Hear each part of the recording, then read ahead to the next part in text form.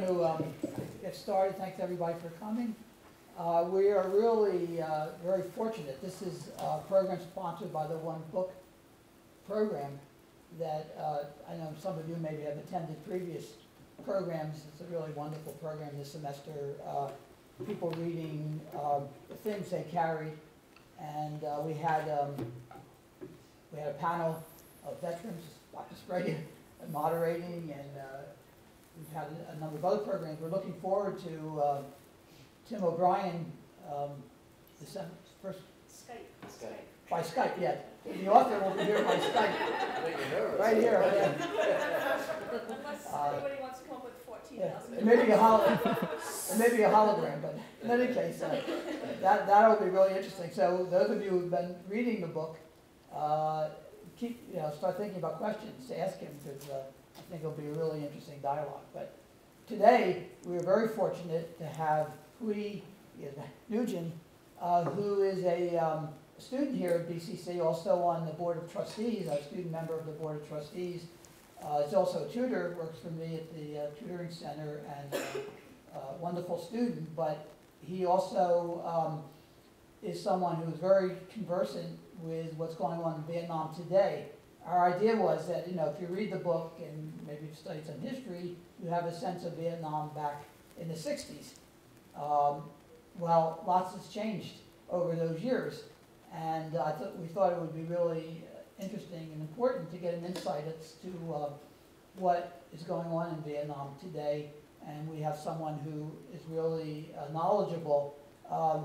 He came to this country when he was around 8 years old. His father actually was in the army of Vietnam, that is in the South Vietnam, fighting with our troops, and then when the war ended, he, like many of the people who were in the army, was arrested and was for many years in what they call an indoctrination camp, which I'm sure wasn't any great fun. But eventually he did get out, and they left the country and moved to this country. I think you mentioned they went to Worcester and then eventually came to Fall River, and then he became a student here, we're very fortunate to have him here. So he's aware of even part of that history, but even more so, he's been back and forth to Vietnam the last couple of years.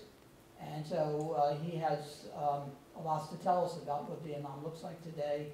Also, he has pictures, even some of those that are related to what Tim O'Brien describes in regards to tunnels and that regard. So without any further ado, I'm going to introduce you.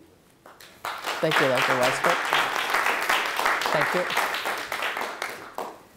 Okay, I'm just going to I'll go ahead and start the presentations because I don't know how much time the presentation runs for. So let me see if I can get closer to the mic.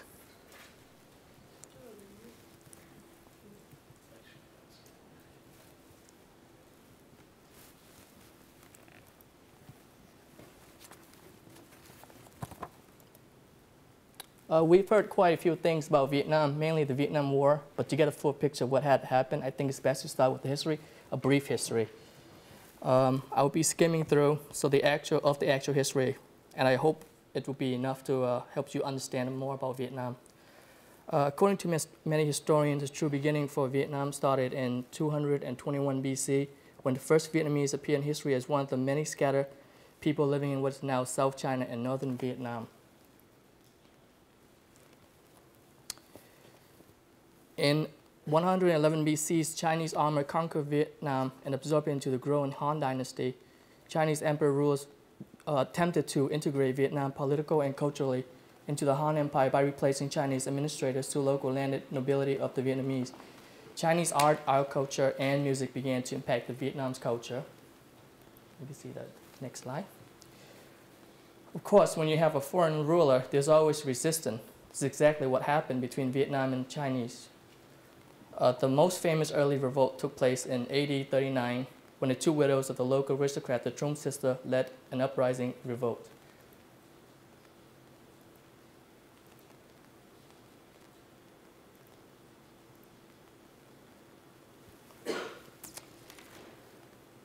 The revolt was briefly successful, and the older sister, Chumchak, established herself as a ruler of an independent state However, the Chinese returned in AD 43 and Vietnam was reconquered.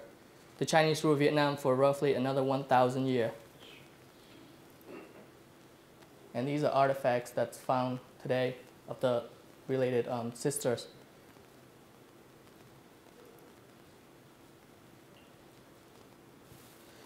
In 939, Vietnam forces under Ngo Nguyen took advantage of the chaotic conditions in China to defeat the local occupation troops and set up an independent state. This is when Vietnam is actually considered independent. For the next 200 years, under the astute leaders of several dynamic rulers, from 1010 to 1225, the Vietnamese economy was no longer based solely on agriculture, but also on commerce, manufacturing, and local crafts. Under the same era, Vietnam began to gain and expand its territory. And here you can see that, oops, sorry. I went too fast. The Chinese ruler did not abandon their objective of controlling the Red River Delta, and the Mongols dynasty came to power in the 13th century. The armies of Kulan Khan attacked Vietnam, and in the effort of reincorporating it into the Chinese Empire, the Vietnamese resisted with vigor, and after several bitter battles, they defeated the invaders and drove them off across the border. While Vietnam maintained their vigilance towards the north, which is China, which is Mongol, I just talked about, the south became wary, and the tension between Vietnam and the Kingdom of Champa, which is the last previous slide you saw. Let me go back.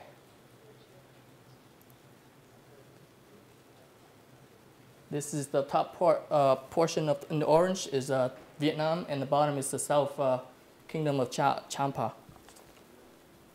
While after many battles, the Vietnam troops was victorious, and they have gradually driven the Champa to the south. Finally, in the 15th century, Vietnam forces captured the Cham city in the present-day Da Nang and virtually destroyed the kingdom.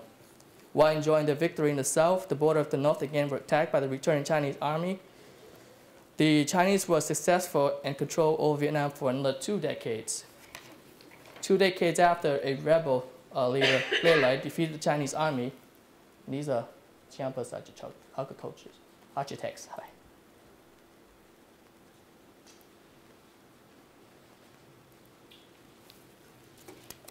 Lê Lợi established the Lý dynasty. In the 16th century, the Lý dynasty fell apart. Power at the court was wielded to 2 rival aristocrat clans, the Trinh and the Nguyen. After dominating over the Trinh clan, the emperor granted the Nguyen clan a fiefdom in the south, which was a mistaken move that further divided Vietnam into 2 separate zones. Tensions continued to build for what is come into the 18th century.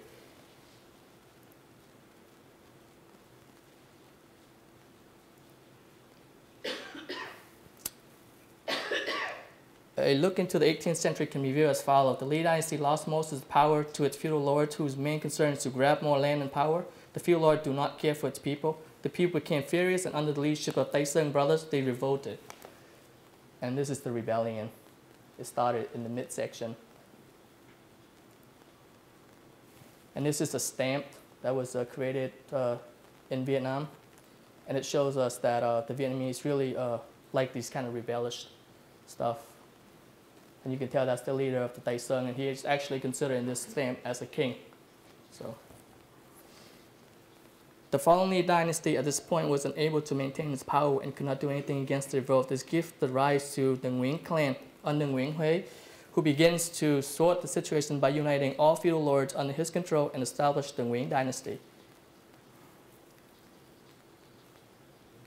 Nguyen, who died shortly after ascending the throne, his heir, Nguyen Anh, became the new emperor, and his agenda was to drop the Tay Seng brothers. With the help of the Western, he defeated the Tay Seng armies. At this point, this is where the Western influences started in Vietnam. It started with a French missionary, Pierre Pinot de Bière, I can't say French, had raised a mercenary force to help in hope that Nguyen Anh would provide France with trading and missionary privileges. However, the Nguyen dynasty was suspicious of French influence, and in the 1830s, the Roman Catholic missionaries and the Vietnamese converts were persecuted and a few were executed. So he did the opposite of what the French predict. And that is the first Nguyen emperor. He took over the Li dynasty and established the Nguyen. In 1858, Emperor Napoleon III approved the launching of a naval expedition to punish the Vietnamese and forced the court to accept a French protectorate. Not until the 1880s, after many severe defeats, the Vietnamese accepted a French protectorate over the territory of Vietnam. And this is the battle at Da Nang. And you can see that these are the French ships are coming into the port.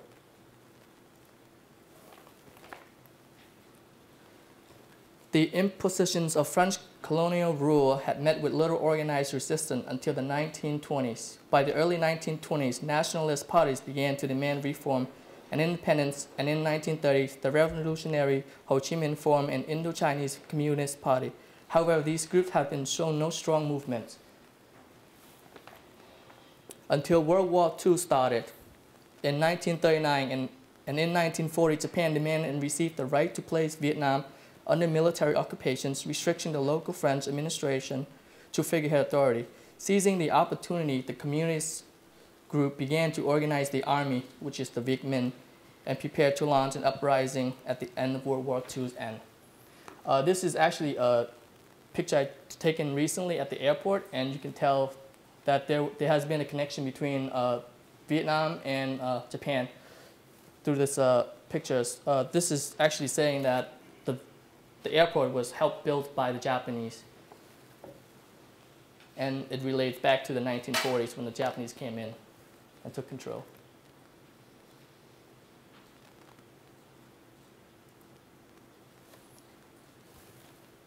In 1945, Japan surrendered to the Allies. At this time, the Viet Minh forces have arisen throughout Vietnam and began to declare the establishment of an independent republic. For more than a year, the French and the Viet Minh sought a negotiated solution, but the talks held in France failed to resolve differences and war broke out in December 1946. And you can tell these are the forces. There's the Viet Minh, which is made under the leader of Ho Chi Minh, and we have the NLF, the National Liberation Front, and I'll be saying a little bit more about that in a few.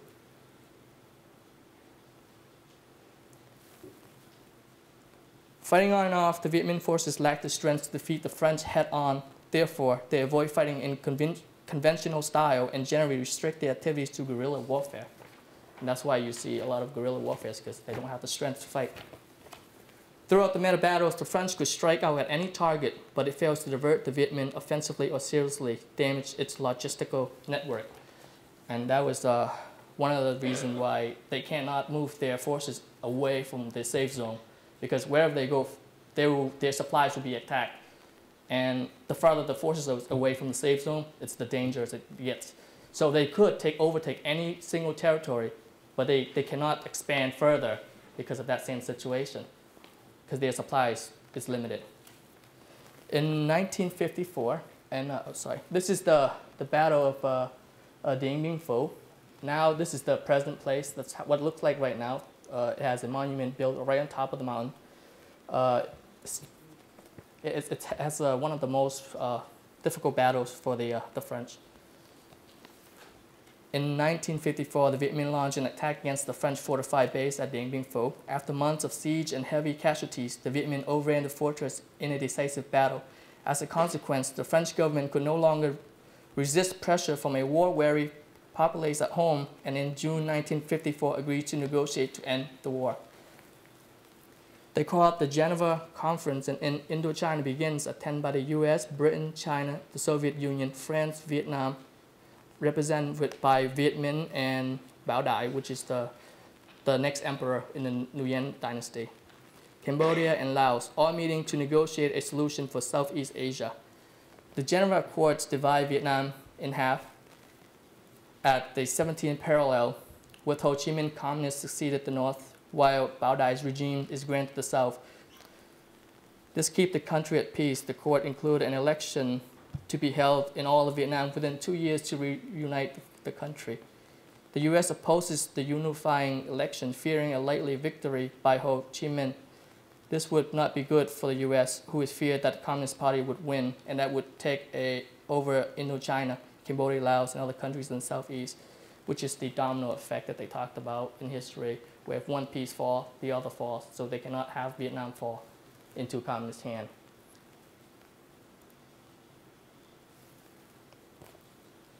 Also, France proceeds to withdraw completely from Vietnam, ending a bitter 8-year struggle against the Viet Minh, in which 400,000 soldiers and civilians from both sides have perished. And you can see that's the division line, the 17 parallel.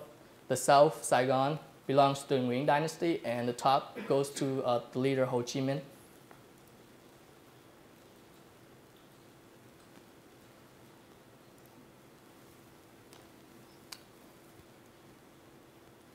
January 1955, the first direct shipment of U.S. military aid arrives to Saigon. The U.S. also offered to train the fledgling South Vietnam Army. July 1955, Ho Chi Minh visits Moscow and agrees to accept Soviet aid. October 23, 1955, Bao Dai is ousted from power, defeated by Prime Minister Diem in a U.S.-backed plebiscite which was rigid. So the Nguyen dynasty was replaced by a prime minister this time now. October 26, 1955, the Republic of South Vietnam is proclaimed with Diem as its first president. In America, President Eisenhower pledges his support for the new government and offers military aid. U.S. sent military advisors into South Vietnam. By the year 1963, 15,000 advisors is in place in Vietnam. In the north, on December 20th, 1960, the National Liberation Front, which is the NLF I talked about earlier, began to expand. Anyone could join this front as long as they opposed Ngo Dinh Diem and wanted to unify Vietnam. So it wasn't just a communist approach. It was anyone who was who's against the current regime in South Vietnam and who wants to unite Vietnam. They accept both communists and non-communists. In 1963, Ngo Dinh Diem was killed. Not until 1967, South Vietnam National Assembly approved the election of Nguyễn Văn Thiệu as president.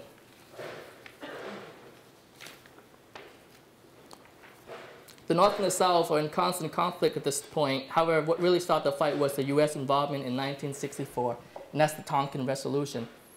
In 1964, North Vietnamese torpedo boats reportedly attacked U.S. destroyer, the U.S. Maddox in Gulf of Tonkin. President Johnson ordered retaliatory airstrikes. Congress approved of Tonkin Resolution, authorizing President to take all necessary measures to win the Vietnam, allowing for the war's expansion. 1965, U.S. planes began combat mission over South Vietnam. In June, 23,000 American advisors are committed to combat, and by the year end, 184,000 U.S. troops are in the area. In 1966, B-52 bombs North Vietnam in an effort to disrupt movement along the Margaria Pass, the main route used by the NVAs to send personnel and supply to Laos and into South Vietnam. American B-52 bombed North Vietnam for the first time.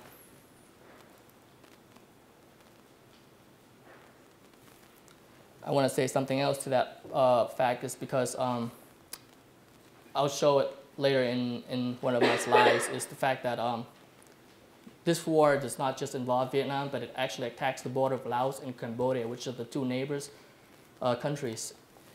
And that's talking about the U.S. plane was bombing. They were trying to bomb that side, and that does not belong to Vietnam. In 1968, the U.S. had almost 525,000 men in Vietnam. In that offensive, January to February, Viet Minh guerrillas attacked Saigon, Hue, and some provincial capitals.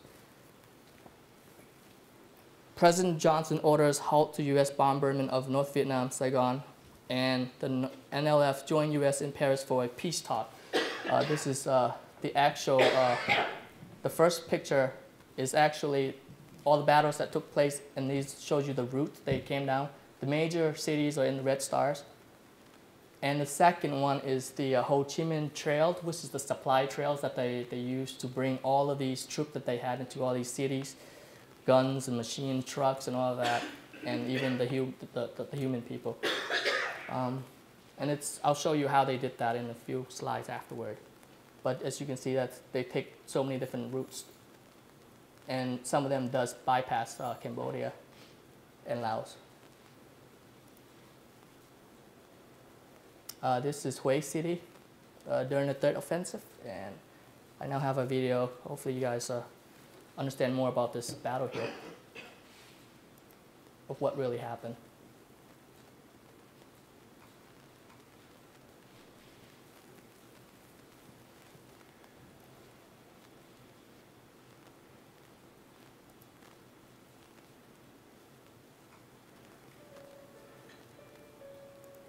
We all have a different journey. We're all searching for a different thing. Even if we're all trying to get to the same end point, the journeys for different reasons. I'm scouting landscapes that nobody has studied. This isn't advertising. Even if they're not working in archaeology, I'm sure that curiosity drives them. It's wanting to explain and understand what it is that you're looking at and why things are the way they are. You guys can hear in the back? Okay.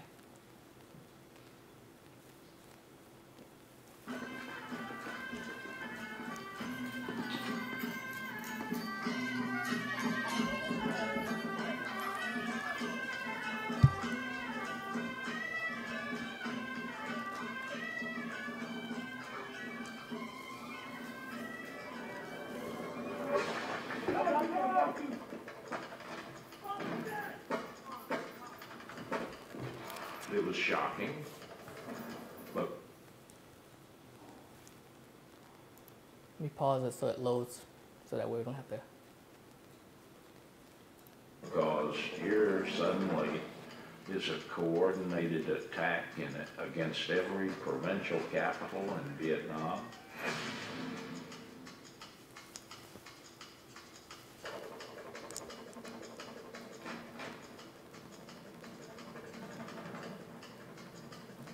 And the hospital where I was took the first rounds of it. And when I say rounds, I mean rockets, mortar, you name it, we took it.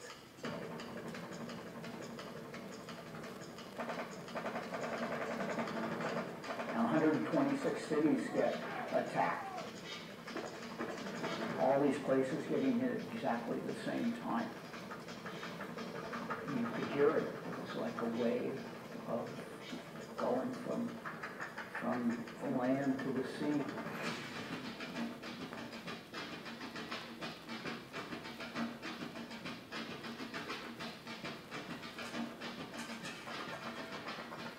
The city of Hue was almost totally in the hands of the enemy, and it would take probably a month or more for the Marines to retake it, and then terrific casualties because they were fighting house to house, room to room, in a city environment.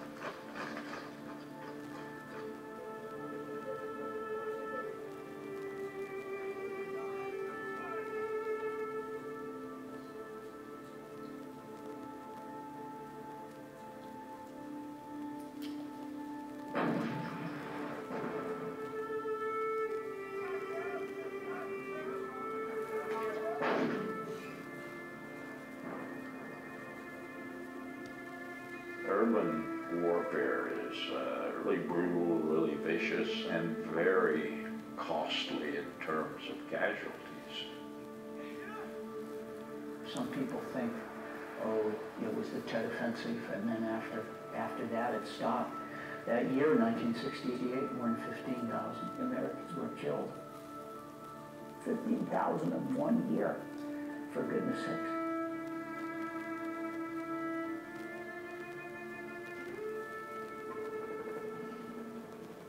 As I circled to see myself as I came over the outskirts of the city, it was aware that something was going on.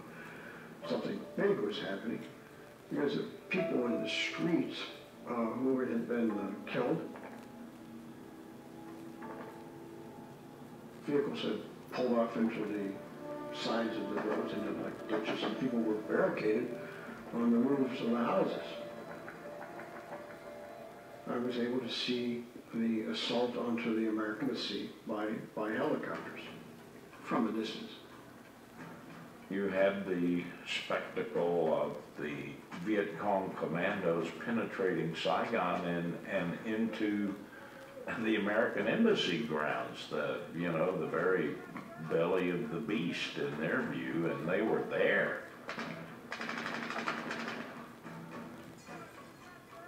It was a shock. It was a shock to America that they were able to do this.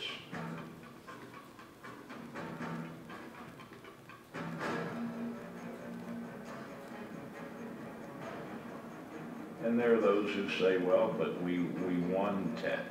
You know, we killed all these people eventually. But that's not how the Vietnamese saw it.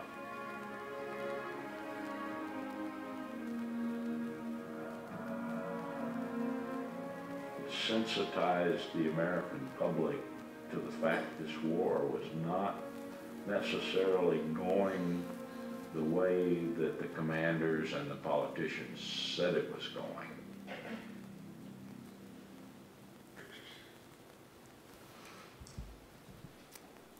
And that was the Tet Offensive.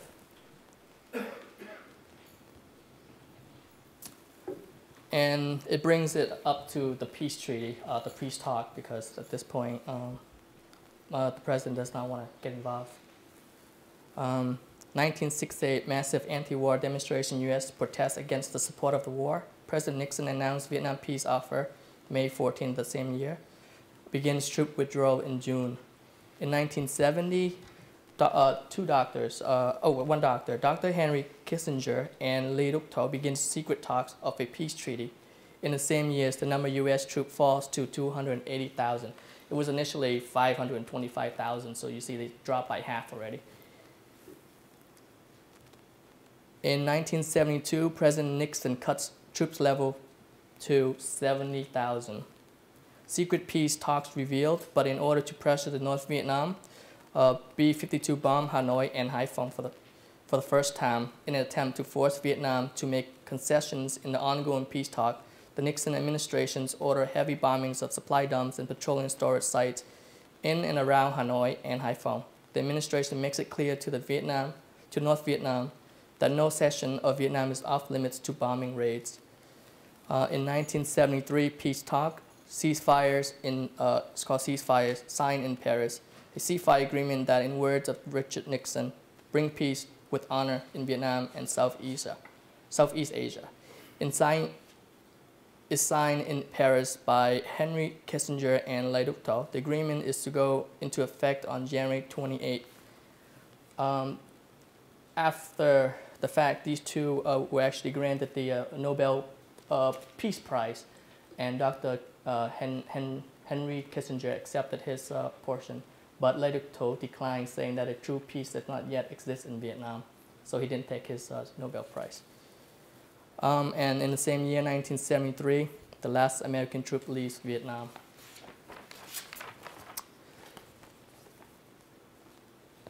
In 1974 up to 1975, war is renewed between the North and the South. So it hasn't ended yet. It's only a portion that the U.S. left. North Vietnam gained Mekong Delta, Phong Long Province, Hue, and then Saigon on April 30th, 1975. This ends the Vietnam War. So you can see this is the fall of Saigon, April in 1975. And here's these two pictures really representative. You can see Ho Chi Minh on this side, which represents the North Vietnamese. And then you can see the NLF flag on this tank, particular tank that came into the entrance. And that was the NLF army.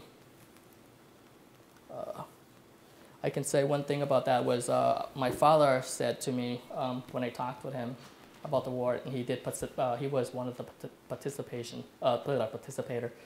And he said that it was really a surprise to see the North Vietnamese army came in uniforms, in weapons that are more advanced than he had with his comrades. they were carrying 2, where he's only carrying 1. And they were carrying, I think, the AK-47 or something. He was talking like weapon terms, and I have no idea. But he was giving me the lecture that they were more advanced in a way that we were surprised. And they actually didn't come in and fight as guerrillas. They came in as army, like an army formation.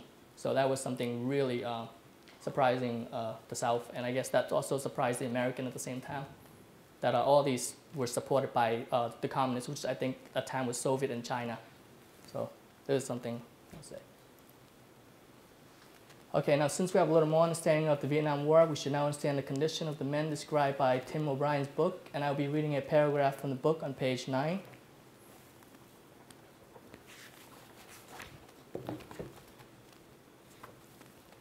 All the missions were complicated and required special equipment. In mid-April, it was their mission to search and destroy the elaborate tunnel complexes in Tung Khe area of July. To blow the tunnels, they carry 1-pound blocks of pentrite high explosive, 4 blocks to a man, 68 pounds in all. They carry wiring, detonators, and battery powder clackers. Dave Jensen carried earplugs. Most often, before blowing the tunnels, they were ordered by high command to search them, which was considered bad news.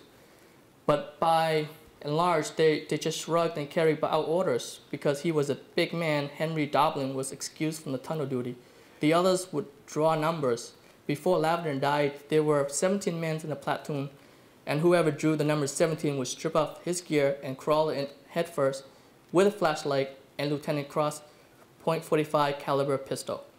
The rest of them would fan out as security. They would sit down or kneel, not facing the hole, listening to the ground beneath them, imagine cobwebs and ghosts, whatever was down there.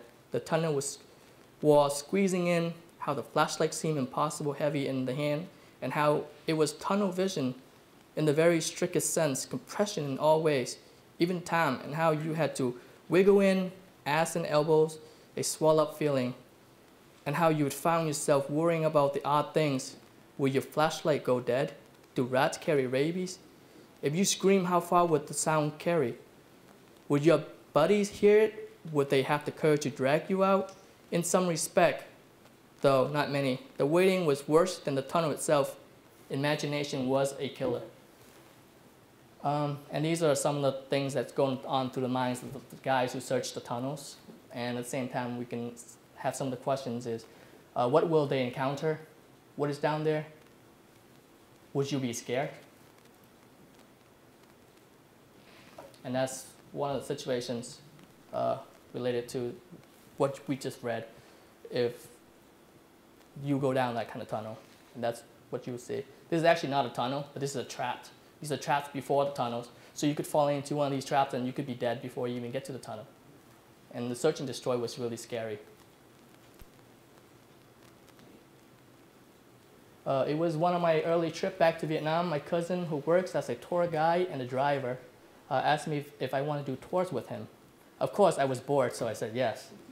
One of my very first tour was the Cu Chi Tunnel. I had the same exact feeling as the author's description, but I was more terrified because I didn't have a flashlight, and I had no idea what I was doing. The tunnel I went through was 100-meter long, 1.2 meter high, pitch black, and bent slightly. There are exit points after 30 meters and 60 meters. As soon as I entered the tunnel, the feeling of darkness was overwhelming. I became claustrophobia.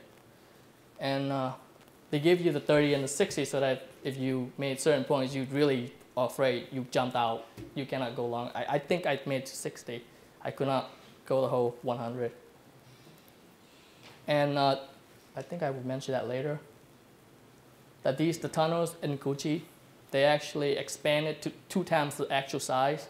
So the one I'm crawling in was really bad, and it was 1.2 meter high. So if the actual one was only about 6.6 meter, and that's really small. And this is the model of the Cu Chi Tunnel. The Cu Chi tunnels are a network of around 250-kilometer tunnels built by the Viet Cong over a 20-year period. I think 1.6 kilometers is equal to 1 mile, so this is about 120 to 130 miles long. Yes, it's But the Cu Chi Tunnel is about 70 kilometers, which is 43 miles from Ho Chi Minh City in the northwest. But I'm sorry, the top one should be the tunnel network of everything. That's how long it could be. The things soldiers fears, traps, the dangerous encounters. You can tell all these traps are set up before and sometimes in the tunnels. So if you're crawling into the wrong hole, you're pretty much dead.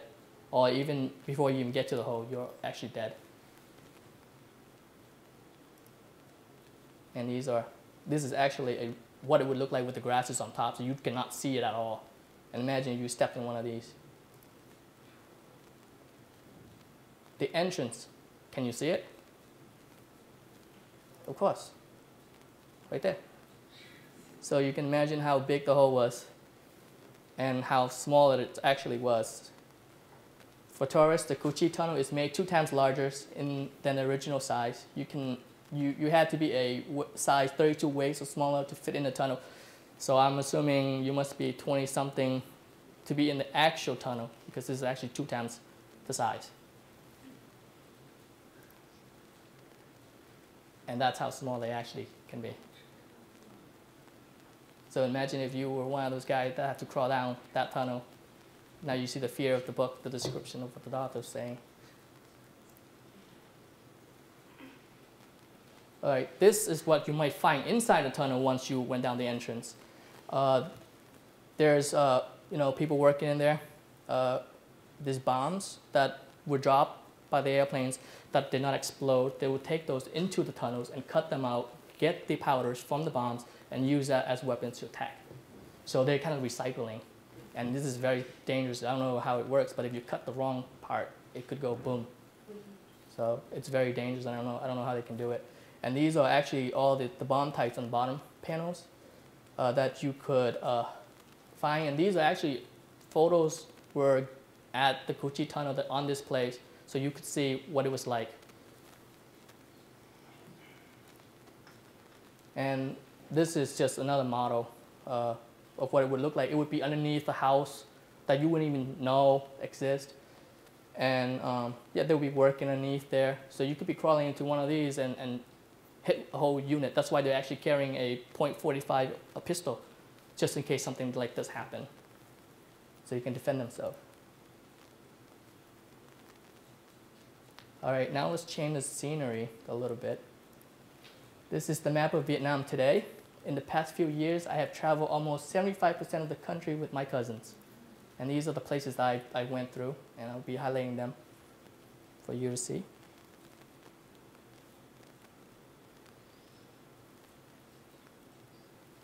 The circles are the major cities I visit, but I went through the whole trails and everything. This is what life is like in the city. As you can see, it has an 87 million population in a very small place, so it's very cramped. And as you can see, the houses and the buildings in this big hill city is really cramped in. But I mean, on some aspects, you have like high-grade buildings just like we have here. I think everything is almost the same, like the life we have here in the big city. But the only difference is every single transaction, such as if you want to buy a car, or if you want to buy new clothes, it would only happen in big cities. None of this happens in the countryside. So if you want to make any good transactions, it has to be done in the city. You have to travel to the city to get it. And this is what it's like in the countryside. So you can see two opposite. And this top portion here is actually my hometown, Long An. And this is very close to my grandma's house. And my grandma's house would be one of these small houses in the background here. But if you go to the back of her house or you go to the side of her house, this is what you see, all farmlands, just like the same thing you see here. And then this one is the bridge that I show you here is actually the bottom part of the South Vietnam near the Mekong Delta. And it's not as developed as the city, so their roads and their bridges are not finished at all. And I may have a video if we have time to show you how it's like. Okay, these are the house structures. The very wealthy people living in these nice little brick mansions. And then you have, the middle class, where they actually a little half brick, and they use sheets of metal on top so that the rain doesn't penetrate. And then the other would be just straws and mud.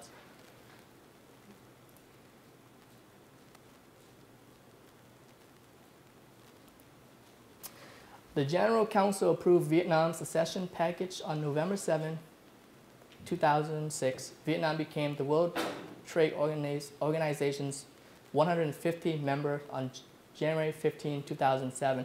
So talking about the economy here. Vietnam is a developed country and that is very attractive to manufacturers because of its inexpensive labor and abundant human resources. Current monthly minimum payments of factory workers range from, well, I'm just going to give the US dollar amount, 40 to 80 US dollar. That's a whole month of paycheck, which is totally different from what we have here. Nike company is $59 for a whole month if you work for the Nike company in Vietnam. So you can tell the shoes that you actually wear were actually cheaper, a lot cheaper. A whole month they could probably make a lot more. This is for people with an education. The average monthly salary for a local Vietnamese public teacher is between 60 US dollar and 100 US dollar. So many of their supplement incomes were actually from private sectors where they do tutors on the side and all that stuff, training you for your exams or something like that. So you can tell the difference. These are the industries park in Vietnam. This one is actually Honda, and it is quite big. And over here we have the Japanese industries. These industries kind of destroyed the countryside you saw a little bit earlier a lot, because what happened was a portion near my grandma's house, one of the Japanese company, which is one of these huge industry, came in, and what they did was they bought all the land, like the land that they needed. It was quite a large amount, and when they did that, they raised the land price. There was disputes between family members because now they're saying whose land it is, and once they built the factories on top, you have so many people wanting to get the job, and the urban area became quite different. There's fights and all these different types that you would see in this kind of urban that we have.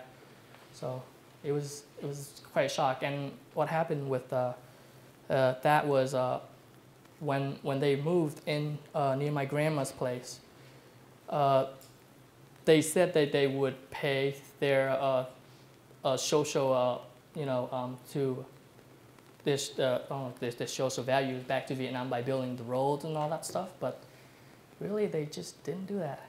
So we would still see where my grandma's house is, the roads were unfinished. It has been unfinished for 10 years since they moved in. So it's not true. Don't listen.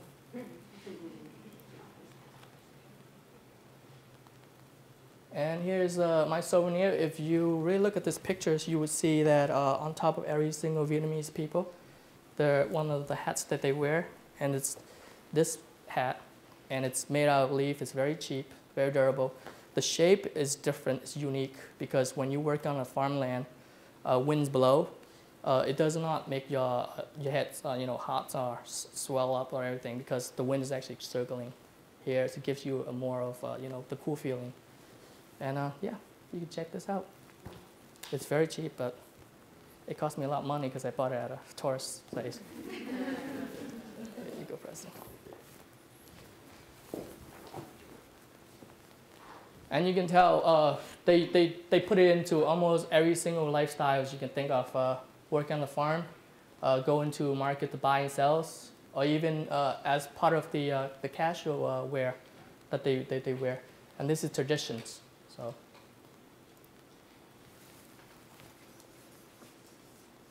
And I also brought back the lifestyle that was crafted into an artwork where you would rarely find nowadays. You will only see these kind of artworks in the countryside. In the cities, it's very rare because they don't really sell things like this anymore. All those houses and buildings that you saw that was cramped up, they were actually shops. So everywhere you go, there's always a shop for something. So if you go into the big city, you can be lost for hours of shopping. Not good. And these are transportation back in the days, where this would be the taxi of now today. And you would sit in here, you would pay a fee, and it'll take you to a destination. And then this is actually the life they had, work on a boat, the fishermen's. It's different because this shape here is not meant to go far out. So this is more of like a river or like a shore type of things. And what they do is, I came across to a village that they still use this. It's very rare to find this kind of type of work. And what it is a fish farm, where it's actually a whole farm of fish that they put out in the middle of the ocean with nets underneath, and they were breeding. And they used this along with a string that they would pull you to the fish farm and pull back. I don't know why they just want to keep the tradition, because I guess it attracts a lot of tourist people come in. And that kind of way they'll make money and show you what life was before. So you can take a look at these too if you like. And another cool gadget I got was the coconut. This served many purposes to the culture. It's I'm sorry.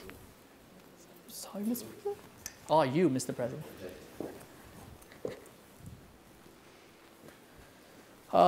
They cook, putting ingredients in here, stir it up. They showers using this. I don't know this. I've seen showers, cook, and I think that's pretty much what I know. But it's very useful, and it's if you go into the countryside, this is actually what you would see more, because plastic in the countryside costs a lot more money, and people don't have that kind of money to buy. What's that made out of? Coconut. This is a coconut shell. They would eat everything in there, drink the water, and they would dry it up and turn it into a tool. So it's pretty simple, but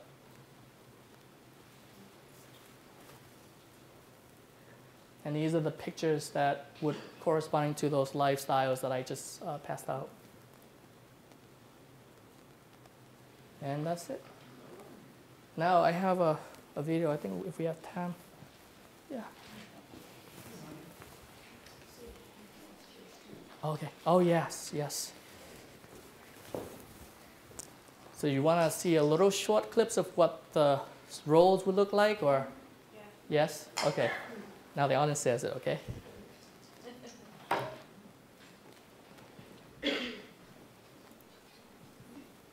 Okay, I hope this is the right clips. I'm not copying the wrong stuff.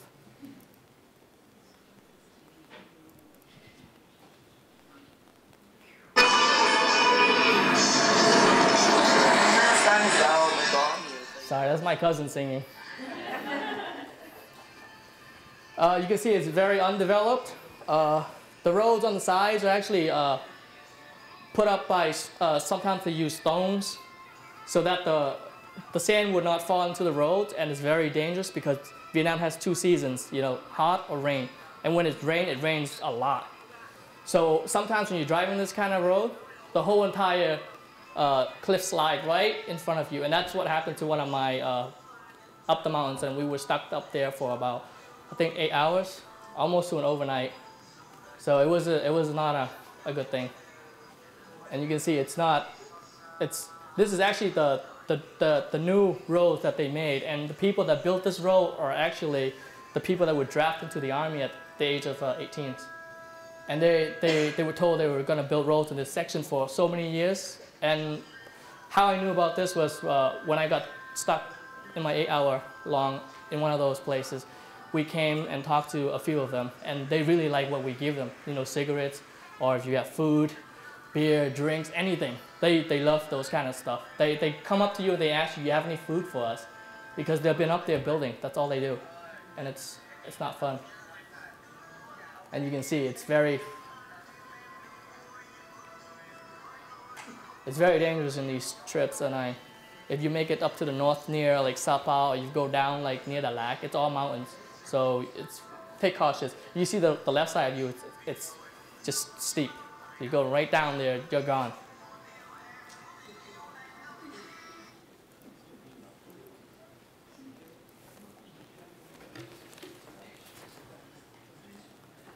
And here is the house structure. It's just a little clips of what you would see.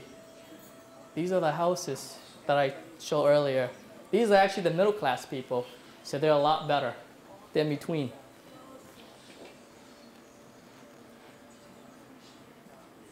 So you still see that kind of brick and then the metal sheets on top.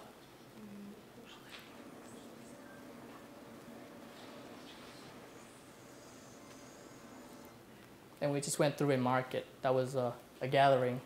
That's not a formal market, but that's where people bring their fresh fruits and everything, and they come together and they would try and sell all of that. And it happens in every single section of Vietnam because so many people living together cramped. They can't go so far away either. So now you guys have any questions for me?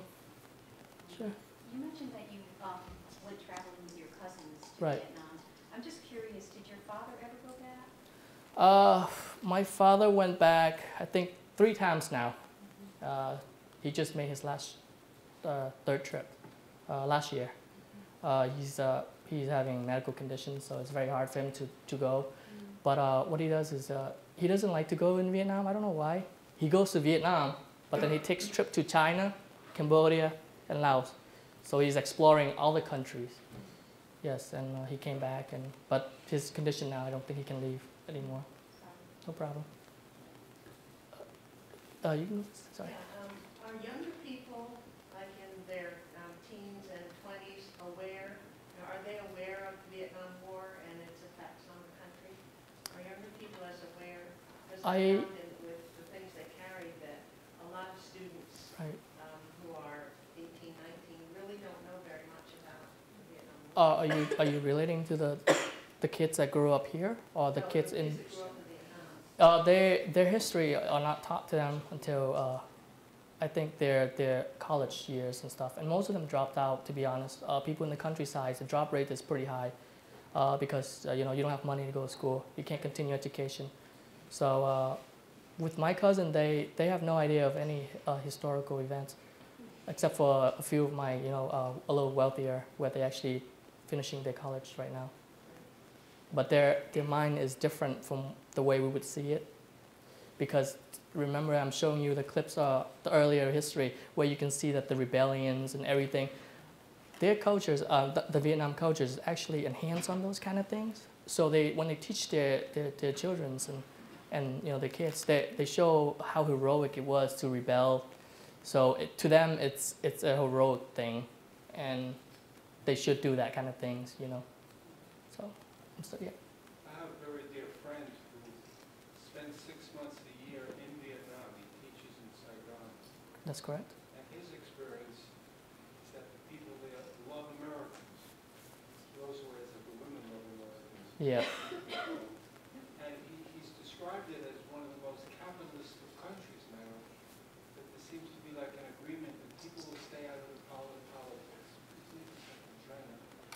But then everyone has their own little business. Everyone has store. That's right. That's the little houses. All those houses, all businesses. So, yeah. But there's no negative feeling that he's ever experienced. No, if you're coming back there now as an American, you actually exotic to them. Yes, they love you. They welcome you, especially the dollars. So you could tell the wages of their monthly versus ours, so they know the difference. So they'll treat you really nice, They'll take care of you if you need something. They help you out and everything too. Yes, that's true. If you go down to Nha Trang, where the Cameron base used to be, they're actually turning that into a resort. Yes, I was actually there to see the bidding and all that stuff that they talked about. It was it's open to Australians. So the whole entire piece of land is sold out to the Australians engineers.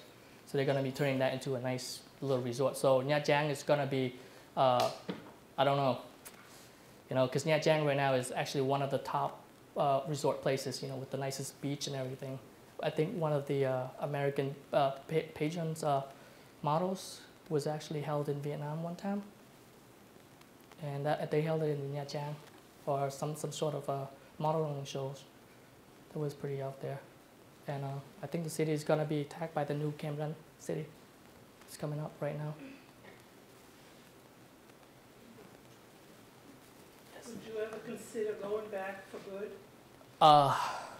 I've thought about that a lot too, to be honest. First of all, the condition of living is different for me. It's very hot. I cannot get out of the house without sweating. If I'm out there 5 minutes later, you see me all in sweats and everything. It's very humid. It's hot all year round? All year round. You know, it's about, I think, 90 degrees plus. Yes. So it's very hot. That's one aspect, and the other aspect is, you know, I don't know if I'm comfortable living with the wages that they're going to be paying me. That's a tough living condition. So, but I mean, I'll be closer to my family because my cousins are still there and they're my age, and you know, we can hang out and stuff. But I think their wages are now is they finished their one of my cousin, she finished her education, and she's making like $150 a month. So But it's, does $150 out there buy you more than $150 out there would buy you? on certain things, yes. If you're buying food, about 75 cents would get you a full meal. But if you're buying technologies, it would not get you anywhere because the tax rate on technologies are 200%. That's a tax barrier that they put on. So if you're buying cars, you're buying TVs, you're looking at about 200% on top of what we paid here. So that's because the country has, I think they have certain trade policies with certain companies. And this is with, see, we're going to talk about auto because it's exactly what happened to my uncles. He went out to buy an auto and he went to the city. But there's Ford, there's Chevrolet there by US, but they're not actually, they cannot be by US and Chevrolet built over there. Because if we're importing that, the car's cost would be 200 times the price. So it'd be 300 times the value. So what they do is they'll, because there's already companies in the countries already that was giving the agreement that they can only do business there. And it's them that holds those licenses. So in order for you to come into that kind of country, so what Ford and I think Chevrolet did is they made a contract, a partnership with Hyundai, yep, and Daewoo. So most Chevrolet's cars are built by Daewoo. So it's kind of weird thinking about that. And most Ford cars is probably by Hyundai. And well, Hyundai is one of the top thing came in. And again, that's Japan. And you can feel the sense that they allowed Japan to come in because of what happened in the 1940s when they said that. So can the average family, can the young people afford technologies? Do they have computers? Do they have some of the things that? Computer-wise, yes. If you're living in the city, you can be quite knowledgeable because life in the city is very wealthy, and you know they're really rich. They can be extremely rich. There's Ferraris out there, even in that kind of road condition. So they're extremely rich people. So if you're in the city, most likely you can understand most of the stuff. But will you want to do that? It's your thing, because kids' life in the city is more of a partying life. Then we would have like a, you know, they wouldn't want to just sit around. They want to go out with their friends, and that's what they do. There's so many clubs in Vietnam for that reason too, to attract the younger generations. And the younger generation is just like, you know, modernized just like us. But there's certain sites that are off limits, like Facebook, so you can't have a social network because that's something communists does not want you to do, you know, get gathering or something like that. So Facebook has been off limit for so long. MySpace and all that stuff. Yes? Amongst the young people, what's the drink of choice? I think it's beer. It's beer, so. Yes, Dr. Weisberg. You know, we've seen that there's a lot of, around the world, there's a lot of resistance to kind of authoritarian governments, other governments, and do you detect any sense that young people would like to change the system? Because they are brought up in a way that the communists taught. So their minds does not think like ours. And they want to follow the tradition that was taught. They know it's corrupted, and a lot of them is really corrupted. Everything you do in government, there's always, I went back and did a couple of documents and all that stuff because I got married and all that. But for me, for those things to pass nicely, you have to bribe. So I mean, it's part of their system, and they knew about that. And I've seen like younger people working for governments, and they take bribes just the same way as the older generation did. So I don't see if they wanted to change that idea, in my opinion. So they just want to keep, because if you go against it, you would. That's why you do not talk about anything politics in Vietnam, and that's something I do not say in Vietnam. I'm restrained from saying a single word, because I know it will come back to me. And no. Yes. A couple of things. Yes. Excellent presentation, by the way. Thank you. I just had a quick question about the violation of the ceasefire. You said it was on January 31st that the North attacked the South with surprise attacks. What is the actual Vietnamese New Year? The actual date of that? Well, the ceasefires is signed, but it's more of a U.S. and the North. Right. It does not guarantee the South and the North, right. for one thing. And when they said in the movies that they said that they would not, they'll put a ceasefire for 7 days, but that's just something they said they would do because New Year's, they don't want to fight on New Year's. And that's something they put out to make sure that the Vietnamese people is not fortified and is not ready for the surprise attack. So when they did the attack, they almost took over almost every single city because of that reason. Because the South would think they're partying like the usual. Yes, it's all planned because according to the Chinese and Vietnamese New Year's, since that first 7 days is very important. We are family gathering, we parties, we have fun with families. We really don't do much because what we do in that 7 days will reflect what we would do for the whole year. That's the things that they would think would happen. What's the actual 7 day span? I think is the other thing I was wondering. The actual what's the New Year day?